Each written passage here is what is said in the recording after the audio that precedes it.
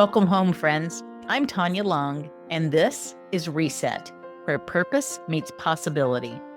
Each week, we share conversations with thought leaders, innovators, and the dreamers and doers who are reshaping the future of work, technology, longevity, and purpose.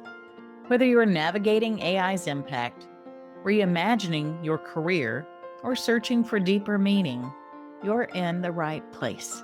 So settle in, open your mind, and let's explore what happens when purpose meets possibility. Hello, everyone, and welcome to Reset, where purpose meets possibility.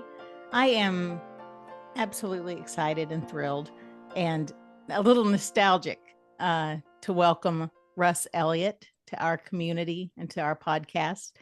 Russ and I worked very closely together for several years, many years ago.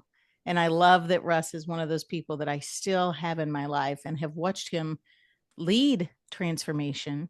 And then I've watched him experience transformation. So I'm really excited that he decided to join us. Russ is a systems engineer as a mindset. So what happens when a system engineer applies his analytical gifts to engineering the perfect retirement? Russ, we'll talk about whether or not that word resonates for you because you stay so busy coaching and mentoring others. You had a lifelong career leading technical programs at brands like IBM and Lockheed Martin and Akamai, where you and I met. You've also had this extraordinary journey where you traded in your product roadmaps for Ironman competitions. And as you've been on this ride post-corporate, you've discovered new pathways to purpose. So welcome. Thank you for joining. I'm sure I didn't do you justice. What else would you like people to know about you as we get started? Oh, well, thanks for the introduction. It was a very good introduction.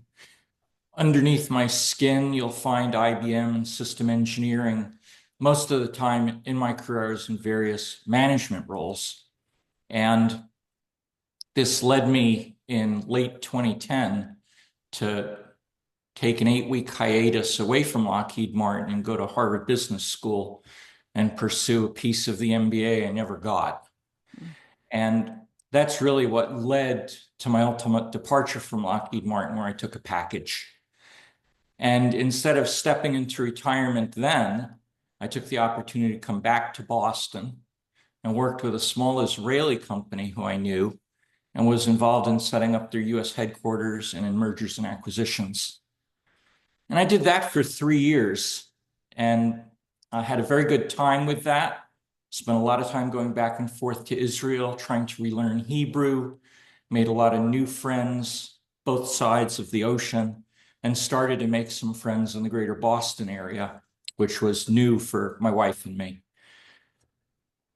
A few years into that, we had a thing called sequestration. People in defense business will remember that. And defense budgets got cut. And Plasan decided to move out of the business that we stood up here. And I took a break. And it was an important break because it was the first time I ever looked for a job since graduating high school. And I learned how to network. I was taught professionally how to network. And like many people hadn't done it before, dreaded every bit of it. But it brought me to Akamai. And Akamai was a completely new adventure for me because it was not a defense job. And after 35 plus years in defense, to step into internet was a wild departure. And I stepped away from one of the biggest companies of the world to a company that was about 2,700 people. Big transformation there as well, where the rules were being written as we went along. We were standing up new capabilities, new functions, new ways of doing things as that company grew from 2,700 to about 9,000. I'd say the start of the transformation started in 2016 when, in a routine visit to the doctor, they were unhappy with my blood pressure and threatened me with going on pills, which I didn't want to do. That led me into an exercise program that I'd never done before. And that's where I discovered Peloton. And Peloton was both a local community and a national community of people who were like-minded. And again, I got in at the beginning. There were only a couple hundred people using Peloton when I got involved. And we watched that grow to the million+ people that work with Peloton day in, day out as part of their ritual. And I was very fortunate. The guy in the office next to me had a Peloton, had sung its praises. I didn't want to do the blood pressure medicine, so it was a matter of what was I going to do to get my life in store, and it was getting on the Peloton. When we started using Peloton back then, there were just classes that were broadcast and classes that were on demand. And it was really up to each individual person to try to figure out what to do day after day to get the best of it. I think I discovered two things there that were very fundamental. The first thing I discovered was the importance of a particular kind of testing called metabolic testing, which helped set up something called zones. And zones were things you could exercise in, and by exercising in different zones, you could get different results. And if I fast forward to today, and maybe we'll talk about how that all came about, I find myself leading a government contract where we're building a portable metabolic analyzer.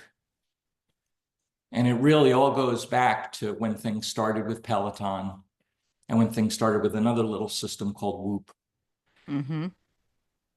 And both in the world of metabolic analysis and Whoop, I was asked to stand up some Facebook groups, and that allowed me to start building community in a way that was very, very different from corporate life. I remember when you started your Peloton journey. At the time, I was the mayor of the local Orange Theory, and your reflection to me was, wow, now I get it. Now I get why you're so obsessed, because you were becoming engaged in a community around physical fitness, which would not have been something you would have actively probably chosen, right? Definitely The not. community kept you committed, in my opinion. And then, as you mentioned, led to so many other things.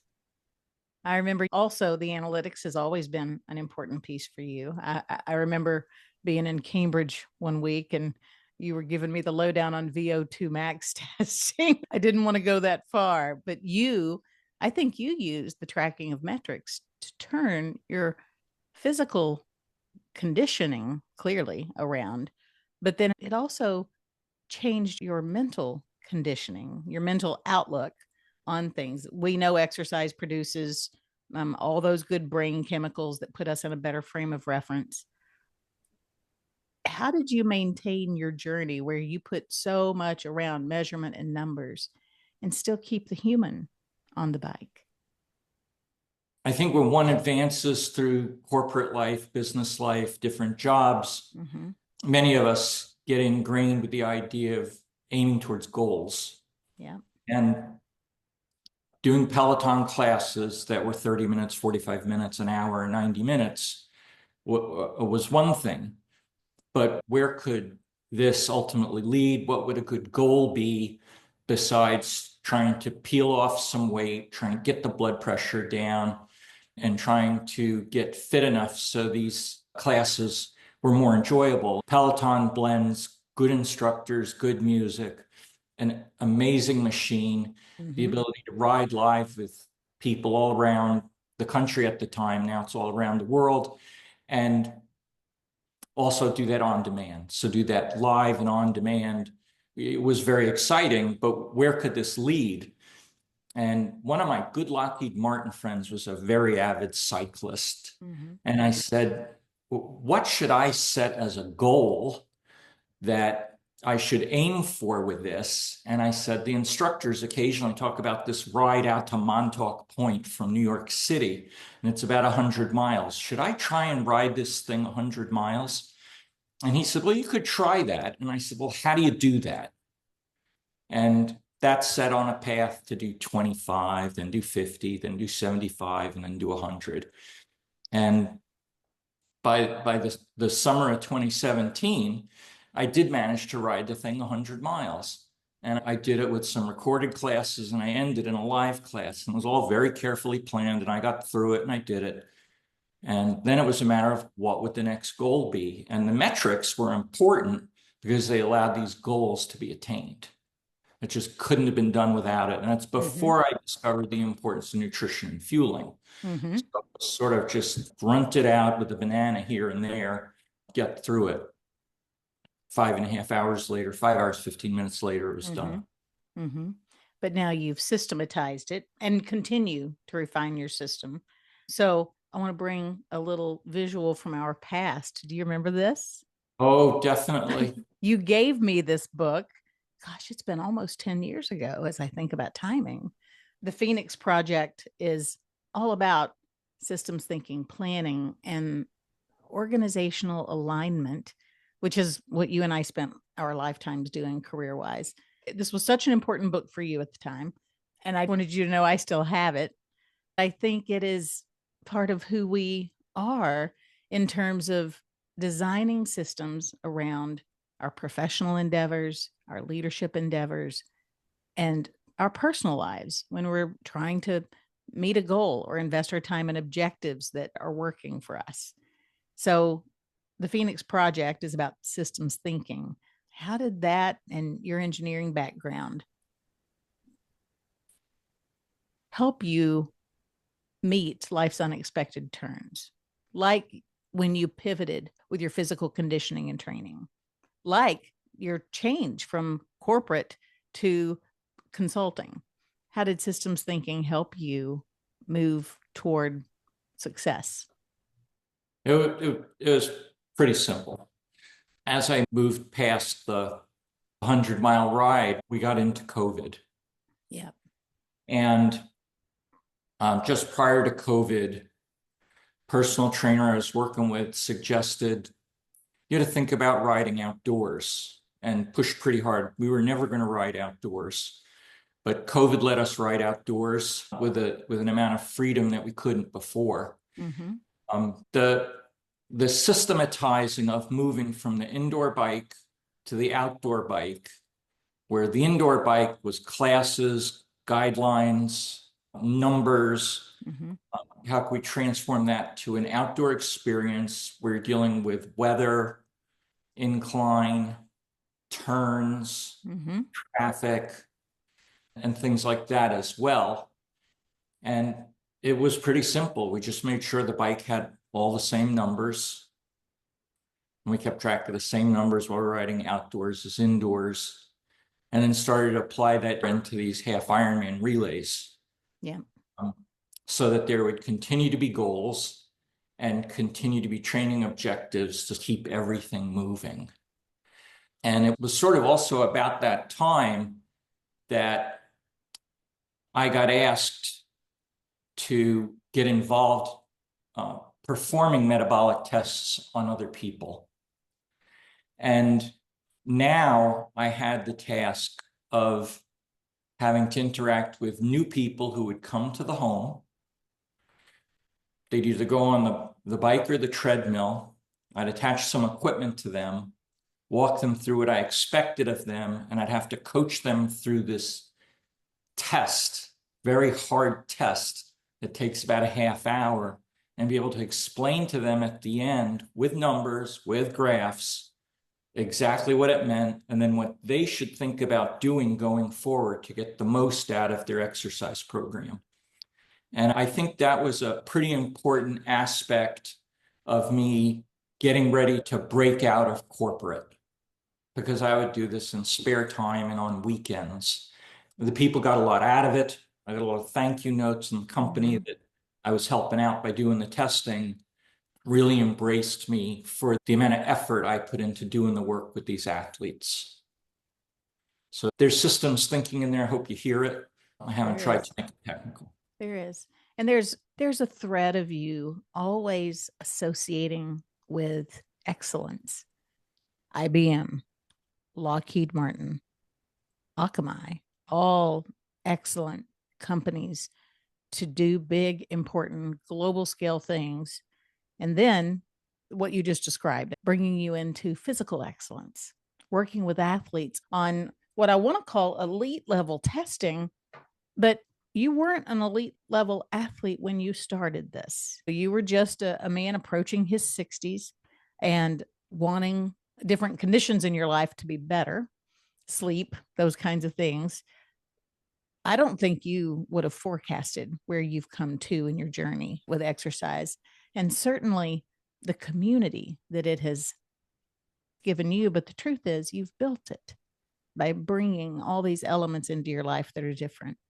What do you think was the key to understanding and executing on building those communities? It was finding common purpose. Mm. Was largely finding common purpose.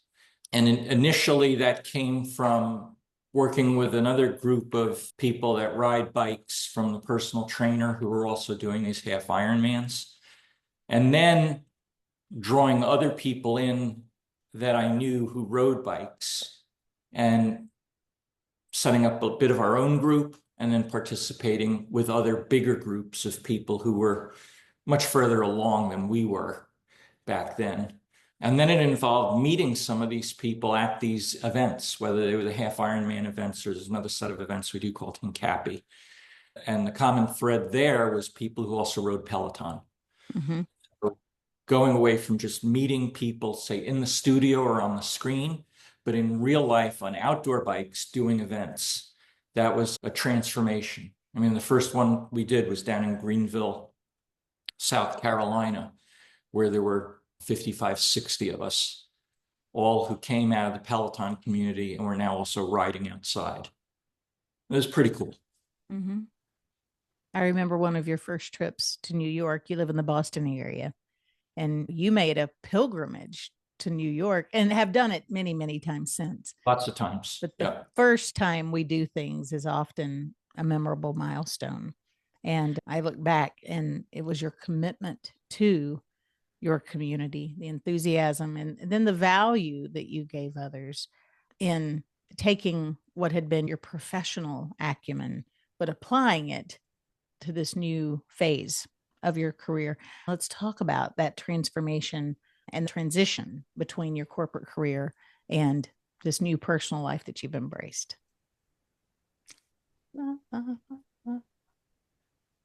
We were talking about systems thinking and changes in life.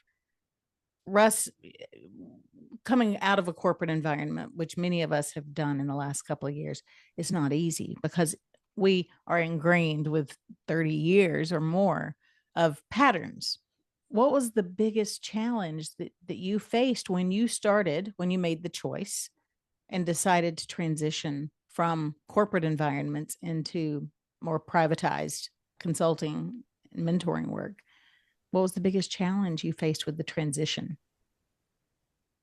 After I left Akamai, I spent the summer riding the bike outdoors and found a gap. There's really no business. There was some VO2 max testing, but not a lot. There was no business. And I had a very good friend locally who I do ride bikes with. We met for coffee one day, and Jerry said a lot about the things that were going on in his small company. And Jerry has a very small company. And I said, Jerry, you sound very busy. Do you need a little bit of help?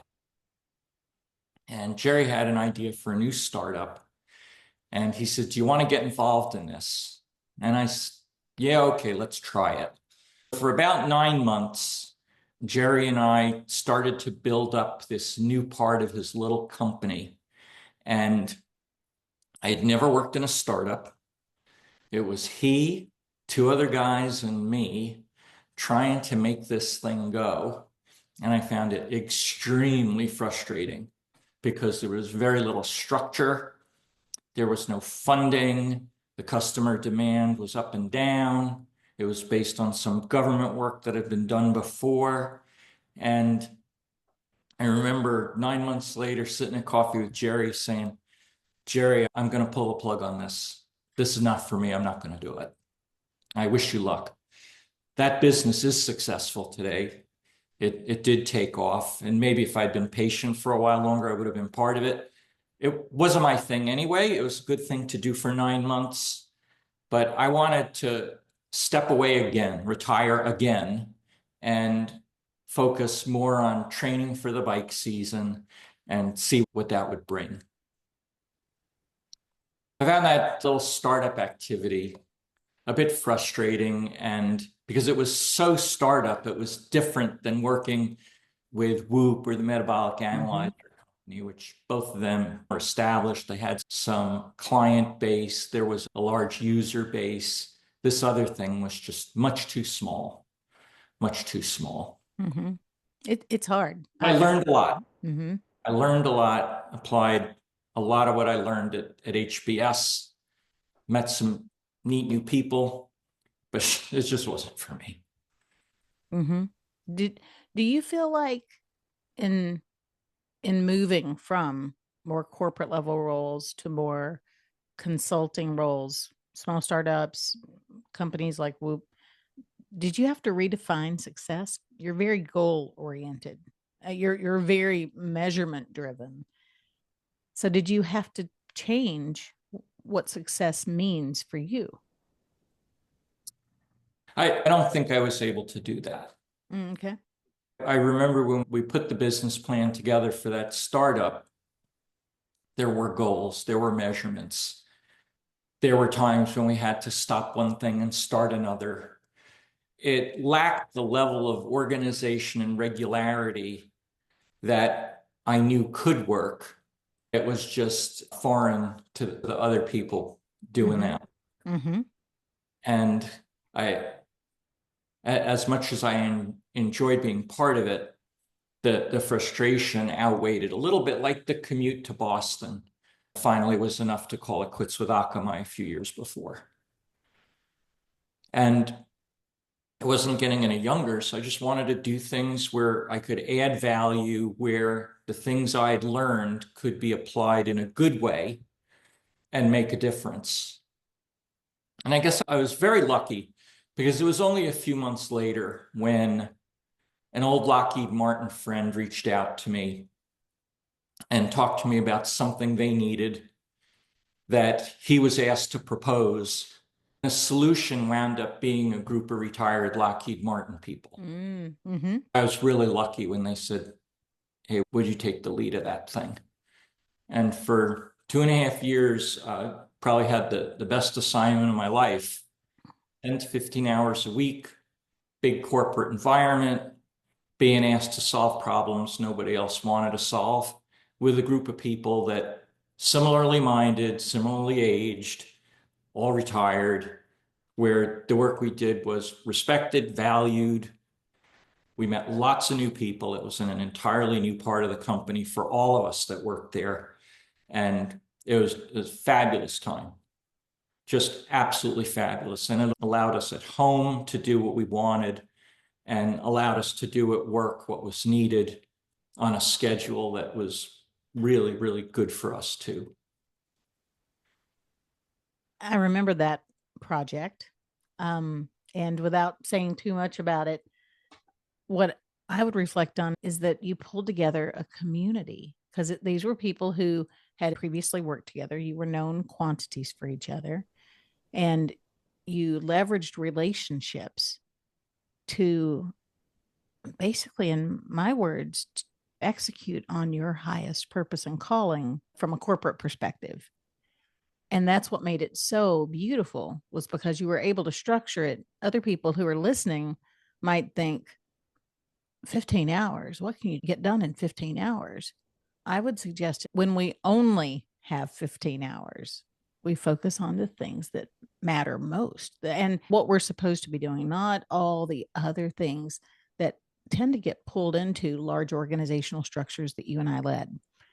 Can you give some insight or wisdom around what it was like and what made you successful pulling together that community again? It started with 3 of us.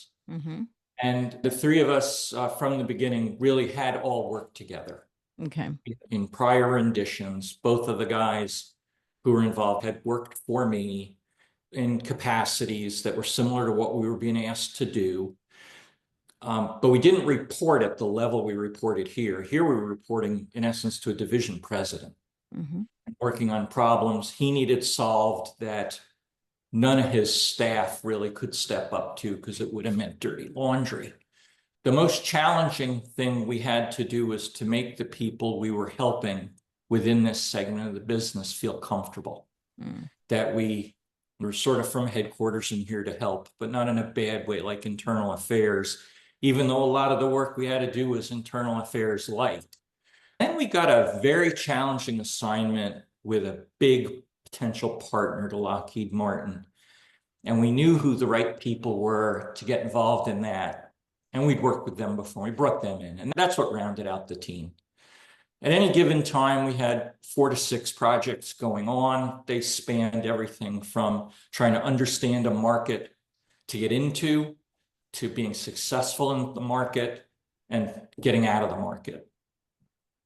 Most of the things we did had numbers of some kind, technical numbers or financial numbers or risk numbers. And we had to find a way to reduce many, many hours worth of work into 5-10-minute briefs for this guy who ran the division and get that staffed to the point that the people sitting around his table said, these guys do good work. We believe it. And that involved all the kinds of stuff you have to do in a community. You said little community, most of us unknown to this division, getting the respect we needed to get the information we needed to do the analysis and come to the kinds of conclusions and recommendations that were really needed. Great assignment, had a great time with it. Absolutely great assignment. Budgets came, that was the next thing to come to a conclusion. I think there's a tremendous opportunity for a lot of people in the future to consider what you did, to consider how elevating to your highest calling and gifts in a particular channel, surrounding yourself with talent that augments you and extends your reach. And then, of course, finding that fit with an engagement that was made for you. I think that using our wisdom, especially for those of us who are more seasoned in our careers, is an opportunity to do what we love in ways that we love, and is a direction that many of us will be able to pursue in the next few years to apply what we know. We don't really have AI in the agenda, but loving AI like I do, I know that there's tremendous value for those of us with significant history, because AI is a people problem, not a technology challenge. And threading together people to change how they work and change how their mindsets operate about everything from handling data to relinquishing any involvement in certain processes that don't serve us, is all a big transformation for how we will partner with each other moving forward. Is there any advice or guidance that you would give with that context, given you've been doing this for 5 or 6 years now, creating those communities to use those skills that have served you in the past? The thing I tell people who are on the edge of retirement and are asking what it's all about, and who are a bit nervous about going from a structured week to something that's potentially more unstructured, is kindle your networking skills, meet more people, spend time meeting more people. And if you want to stay busy adding value, people will ask you. And since my last full-time job at Akamai, every instance of doing work with people, whether it's helping them out with knowledge that I've acquired that they've not, or applying wisdom and skill to something they need getting done, that these things tend to come across my doorstep. I don't have to look for them. I just don't have to look for them. Every time I have a quiet period, somebody speaks up and they say, what do you think about? And before you know it, the next one's there. Let's talk a little more about networking. You said that you had learned how to network in the transition you made to Akamai. Russ mentioned that he learned to network because he had never had to look for a job before that. You said that you hated every minute of it. I think that's funny that you and I are very different that way. I love to be out networking and in community. And I would suggest to you, I think you hate the idea of it, but I think you love being in community because you do so much of it right now. I'm curious what your advice would be to younger workers who get so myopic about the environment they're in, the single group organization or company that they're serving, and they really forget the value of building that network early in their careers. Do you agree that it's important for people to start these practices early? And since you're someone who, quote, hated it, how would you advise them to learn to make this a part of how they interoperate in the world? So there are people that like it, and it's just very natural to them. And it's part of their life, day to day, week to week, month to month. And they do it both inside their work environment and outside their work environment. They're just social people, and that's what they do. I'm more fundamentally introverted. And to be able to know the people inside the workplace and around the workplace, sort of no matter how big the workplace is, I never found to be a problem when one gets faced, either willingly or unwillingly, into how can I do this to identify my next opportunity if I need an opportunity. If that network is stuck inside your company and you're not part of that company anymore, the value of your network has just been reduced significantly. So the only thing one can do is find ways to build a network outside that. And if people are very, very career oriented and are not into these other social circles, it's tough to get that started. And the only way to do it is to take whatever circle of friends exist and get introduced to their friends, to their friends, to their friends, until you start to have a network of your own. The value of that in today's world is somebody in that new network outside of where you work will have a need, will have a problem, will want to talk about things. And if your name comes to mind, something might get thrown in front of you that would have never gotten thrown in front of you if you hadn't made that investment ahead of time. I love it. I genuinely believe that a lot of work is tied to purpose. And that's not a bad thing. I think for most people, it's a component of purpose. And finding ways to extend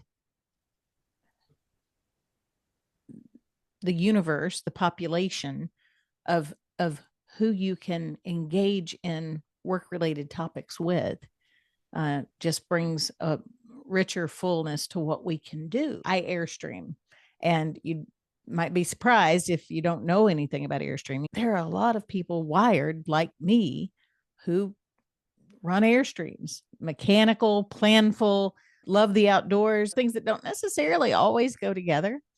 I think from our conversations over the years, your Peloton community is much the same because it's people who are analytical, goal driven, not just physical junkies.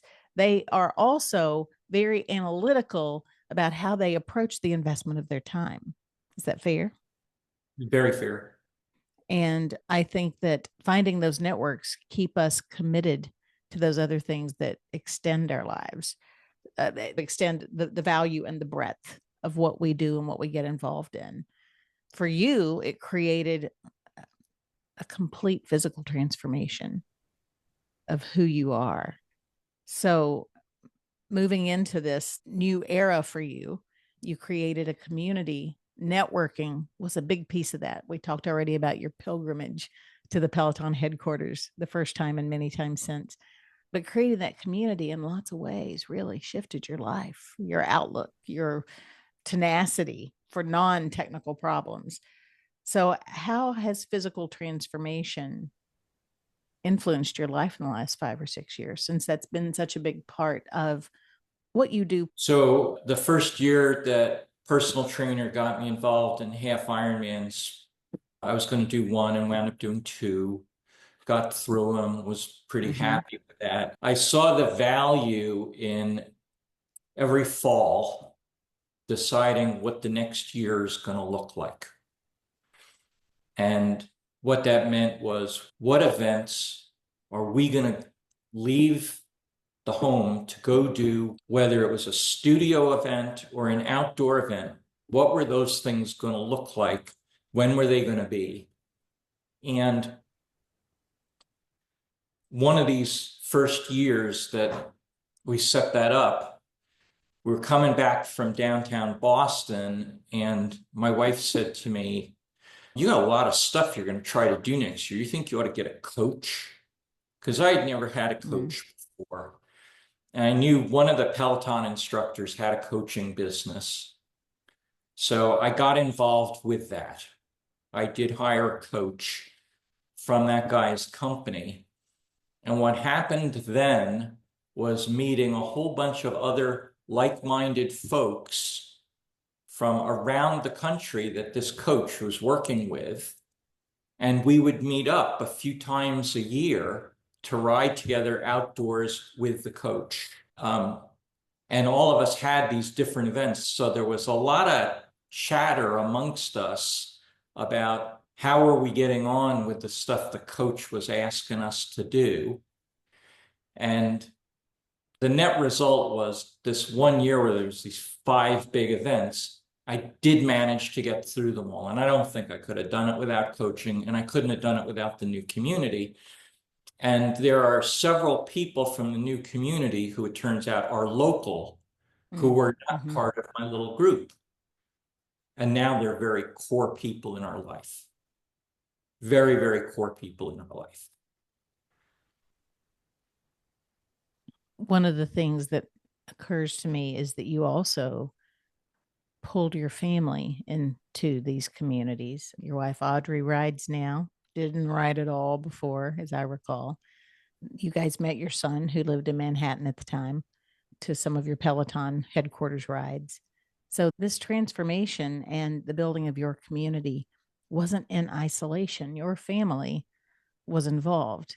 Do you think that has helped you stick with the program and then grow what you do? Because it takes time away from home. You talked about 5 rides in a year. That's putting a bike on a plane. That's a big deal. So how has bringing your family into this made it a richer experience for you? So in a lot of ways, my son and I didn't have a lot of things we used to do together. And now biking is something that we do together. In fact, he hadn't been on a Peloton until the time I went to New York to do my 100th ride. And I said, "Do you want to come to the studio with me?" And he says, "Yeah, I'll give it a try." And his wife said, "You better go take a couple of spin classes and make sure you're up for this." Yeah. So he went with me on my 100th ride. Audrey didn't want to do that. But later on, he got much more involved in Peloton. He didn't have his at the time, so he would ride in the studio and I'd ride at home. I could see him on the screen live in the class, and we were riding together and could see each other on the leaderboard. Later on, he did get a Peloton bike. In fact, he took it to England with him. And we would do what was called video chat at the time. We could do Peloton rides together in a class with conference video at the same time on the Peloton screen. A very, very unique experience. When he came back, we rode in Central Park many times. He got involved in some better bikes as a result of that. And we do a couple of rides a year as a minimum that are decent, organized rides. In Audrey's case, she went along to the Hincapies, and every Hincapi she's done, she's come in first in her age group. I mean, I'm fortunate, I'm in the middle, but she's won her age group all 4 times. She doesn't want to do them anymore, but she's won 4. So yeah, she got involved too. So it's become a family thing. I love it. You were there doing it and they felt comfortable joining. and it transformed them as well. All the ways you just described that you were able to engage with your son using technology, using a joint desire to be physically fit. And it does take an investment of time. So I think that that need for community, whether the community is a ride with your son or a big ride, 100-mile trip that you had to fly to do, those are to me two ends of the scale, but they still bring engagement with other humans. Just to set the record straight, Yeah. we've gone Yes. far, but we've never flown with the bike. Oh, really? We Because always you've done so many. drive. You always My drive. Well, bike is I'm not- glad you set the record straight. I I've won't put my bike on an airplane. I'm crazy that way. Okay. Well, as I think about the rides that I recall, they've been all up and down the East Coast They have. and drivable. You're welcome to come out to California and do a ride anytime you want. Yeah. We have some nice hills here that I think you would enjoy. I ride them virtually. Yes, you do. These communities, they have different ranges of scale. Just you and Mark on a ride together virtually, or big organized Ironmans. Do you think these communities are different than the communities that you had in the corporate space? Do they behave and act differently, or are they similar? So there's similarities and differences. So similarities are common purpose, Yeah. Okay. and there's a level of competition. We didn't have any competition where we worked, did we, Tonya? So common purpose and competition. The events I do, the competition is more with oneself. There is competition to win. The people I associate with, we're competing with ourselves. We set a particular target, we want to hit the target. Where the people I hang out with, we're not elite people who are gonna win the event or come in on the top 10. There was one relay, I came in 4th. That's the best I've ever done. My teammate was an 18-year-old graduating high school student. She was very fast at swimming and running. We came in 4th. It was very, very, very unexpected, but it was nice to come in 4th. So there's that in common. A difference is these communities are not full-time. This is a group of people that'll come together for a thing, and then they'll split apart, and then maybe they'll come together for a thing, and then they'll split apart. And even the communities we ride with here will come together for a Saturday or Sunday kind of thing, do it, and then we're on with our day. So it's not the consulting assignment with Lockheed Martin or full-time at any one of these companies. Those communities, you come in, it's like that day in, day out, weekends and so on. So that's a pretty big difference. But there's common purpose. There's competitive. We were talking about community and the scale of community, how communities are different with what I'll just call personal activities versus more direct work activities. There's a lot of similarities, there's some differences, but I find that when your life shifts in unexpected ways, both communities can really be an important part of doing well, not just surviving, but thriving. And I would say you have thrived during and since our time working together. Community is a big part of that. You've had some challenges, some life challenges over the last 3 or 4 years. I don't know how much we want to get into those, but you've had major things happen to you and to your family.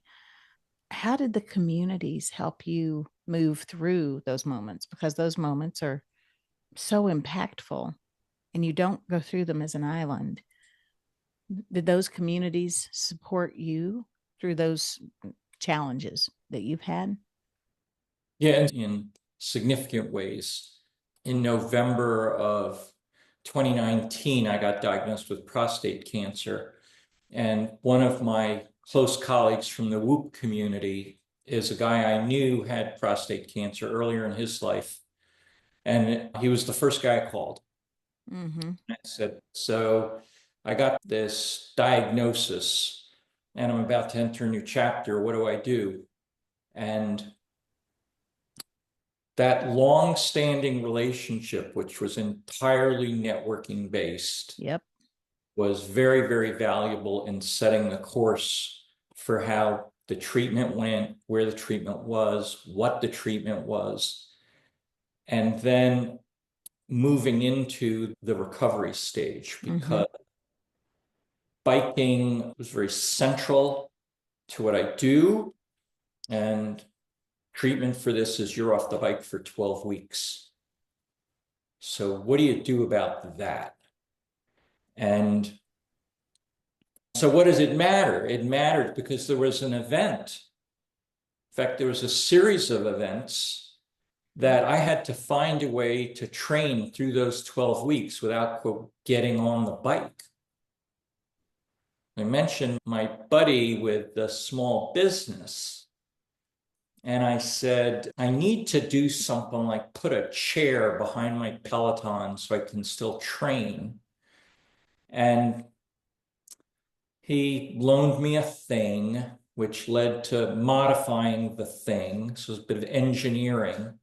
And that thing, which became a pretty elaborate gizmo that went behind the Peloton, allowed me to train through the 12 weeks with the doctor being happy about it, getting into the event, and then PRing in the event and progressing through that whole season. So people who I had met along the way came along and helped me move through all of that and helped keep me motivated to stay through it. That little gizmo that we built for the Peloton has been outside the house to two other people in the Peloton community that had knee replacements. Love it. And they knew about it, and their physical therapist said, if you could get your hands on that. So it's been deployed to two other places in Massachusetts. And we came close to deploying it again in the last week, but Audrey doesn't need to use it. Good. I think that's a pretty profound part of it. The other part of it was two people are very critical in our life. There are personal trainers, and we mentioned to the personal trainers this diagnosis.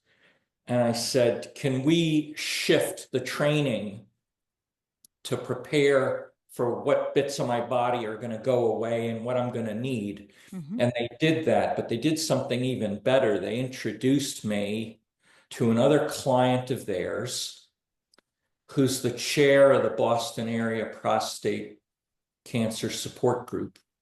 He and his wife have become very, very good friends of ours and guided us through. Once the other guy sort of got us started, this other couple sort of guided us through the whole treatment phase that spanned a couple of months after diagnosis.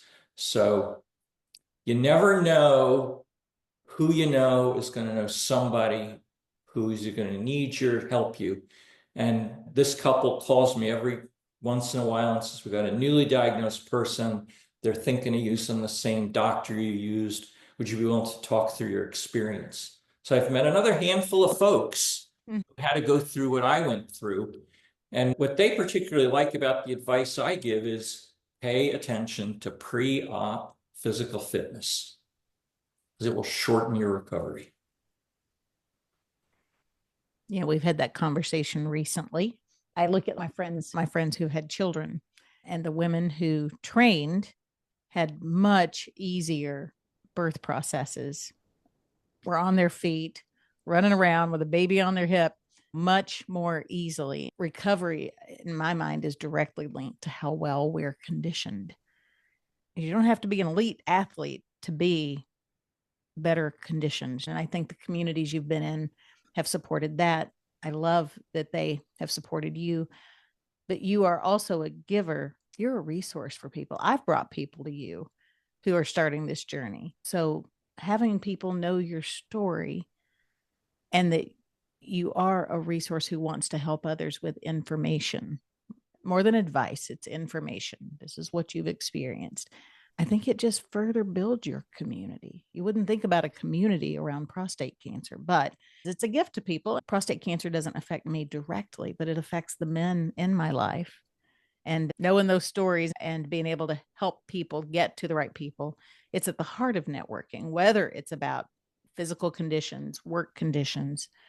I just think it's a really important part of what we're able to do to give back to the world. And if we're not doing the networking, these people who can potentially be resources or who you can be a resource to, and having them be known ahead of time is so helpful bilaterally. Yeah, of course. Let's transition a little toward the end of our conversation. You have a significant amount of freedom and agency in your day-to-day life compared to those mornings we would be up on calls with India at dark 30. So you have a lot of agency. Has that freedom changed how you look at staying effective as a human? How have you managed the unstructuredness? It's a transition. The patterns I mentioned earlier are gone, and we're creating healthy new patterns. So how have you maintained your need for personal excellence and purpose as it's been more of a blank canvas for you to operate from? I keep a calendar. I keep 2 calendars because the 2 systems I need to use can't be connected. I keep a calendar in Google that keeps track of regular recurring sessions I have with friends. So those things are set. My personal training is set. Certain anchor points around the week that are kept. I have another calendar and a tool called Training Peaks, and that has the physical activity that's planned. We can do whatever we want. If we want to run up to Nashua, if we want to run down to Boston, we can do that. If we need to take a few days off to go down to New York, we can do that. We tend to program in our vacation. So there's still structure, but there's much more flexibility around what isn't structured. And I find that keeping the calendar keeps me out of trouble also. When the term gig workers first started circulating, these were more repeatable task-oriented jobs in my assessment. But we're gig workers now. We are gig workers doing things at our level of engagement and involvement. You've clearly used those corporate skills, though, to create structure for yourself. I think you've taken those corporate systems, and instead of being a victim to not having them anymore, you've built them at the level that serves you. Yeah. Yeah, I think it's pretty important. Otherwise, time would just take over. But there's wisdom in that, having right? control of our time gets control of us. I'm letting that soak in because I think we all hit periods where there's too much. We all have those moments where things get to be just out of alignment. But I think the more planful that we can be at a level that suits our own personal ethos, the more successful we'll be at identifying what needs to get done and then committing to and delivering on that. And that's clearly how you've operated. So that's systems thinking, community mindedness, how you've set your priorities. I think it's made you, from my perspective, very fulfilled. I have friends that really struggle with things changing, not being like they used to be. And I look at you as someone who's embraced it as it's just a change. It's just something for you to operate differently with and enjoy and get fulfillment. As we start to close, what would be your advice to people, your couple of best learnings as you've transitioned from the 60-hour week to being more in control of more different components like that gig worker, call it a portfolio player? What would be your advice to people who are starting that process? I think there's 2 critical components.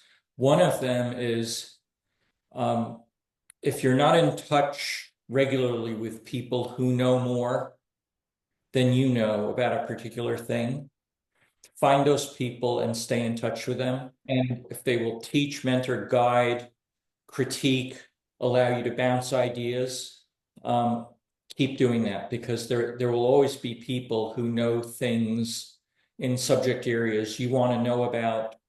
And if you find the right ones, then they will help you along. That's one part.